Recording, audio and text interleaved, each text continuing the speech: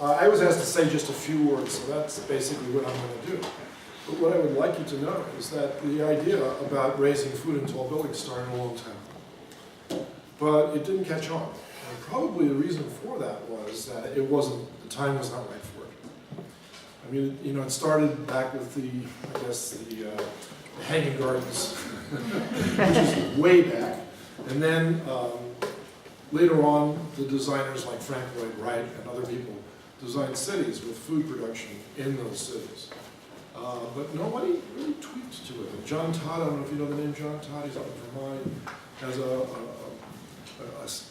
a system using plants, which he calls living machines, and so he can remediate the environment using varieties of plants for doing this.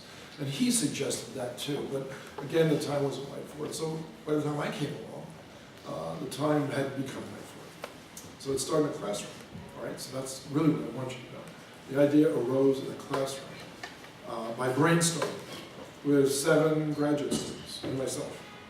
And we started to think about what it would be like. What if, you asked that term, what if?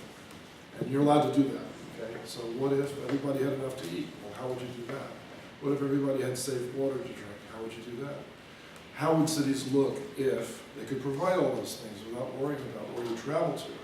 Without worrying about when you get off an airplane, what's the first thing you think about? Let's say, where is my hotel room, if you have a hotel booked? And the second thing is, what am I going to drink? What am I going to eat? And those are serious issues when you go to some places.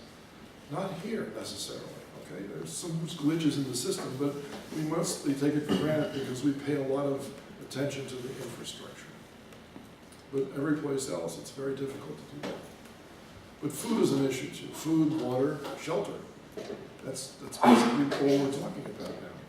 So the students got together and decided they wanted to work on rooftop gardening. That was their project.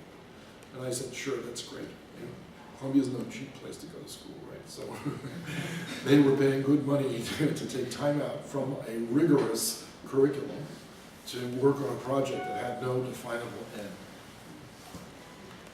And they did it. And they came up with rice on the rooftops of Manhattan.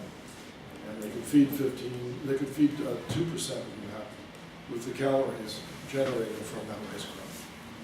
And they were more bummed out by that than they were by hearing, when you deplete the ozone layer, you're going to get skin cancer. When there's too much ozone on the surface, you're going to get asthma. You can't hear that every day and expect to have a positive outcome. So in desperation, this is the defining moment for this idea, for me at least.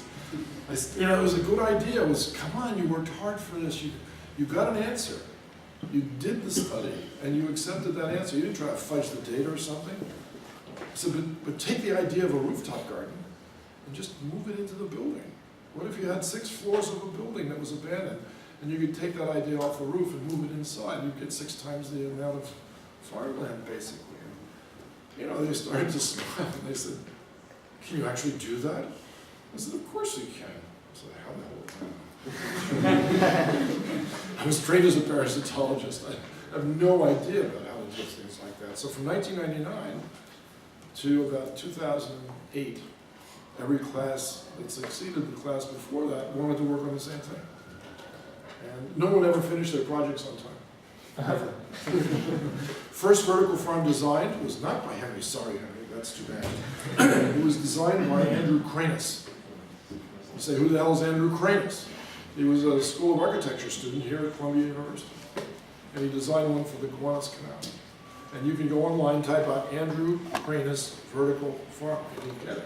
You know what he's doing now? He's designing interiors of Whole Foods markets and waiting for the day that he can design and work on a vertical farm. So it's gone forward a lot. So I'm so thrilled and pleased and happy and kvelling inside. I don't know if you know that word, kvelling, but it's a Yiddish term meaning I'm glowing with pride over the work that I didn't do any of, and I now get a chance to tell you about through their voice. So if you read that book that they mentioned, Vertical Farm, and you look in the back, every single student that ever worked on this is listed, because they're the ones that deserve the credit, not me. So I'm just the mouthpiece for their ideas. So thank you for inviting me. Thank you so much.